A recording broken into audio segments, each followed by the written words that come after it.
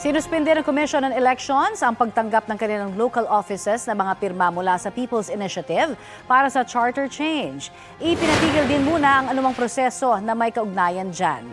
Ayon sa COMELEC, nagkaisa ang lahat ng mga commissioner na kailangang i-review at paghusayin ang Resolution 10650 na gumagabay sa pagsasagawa ng People's Initiative. Kabilang daw dyan sa mga napansin ay ang kakulangan sa rules tungkol sa withdrawal at pagbili ng mga pirma. Walang katiyakan kung hanggang kailan tatagal ang review.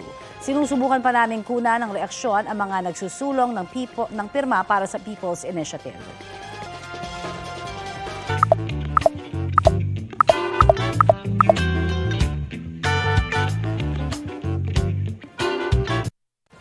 Suspendido nga po muna ang pagtanggap ng COMELEC ng mga pirma mula po sa People's Initiative para sa charter change. Ang sabi kaya dyan ng mga netizens? Eto nga, para kay June Pingol, pag-aaksaya lamang daw ng oras at pera yan. Tanungin na lamang daw yung mga botante sa 2025 elections kung gusto nilang baguhin ang konstitusyon.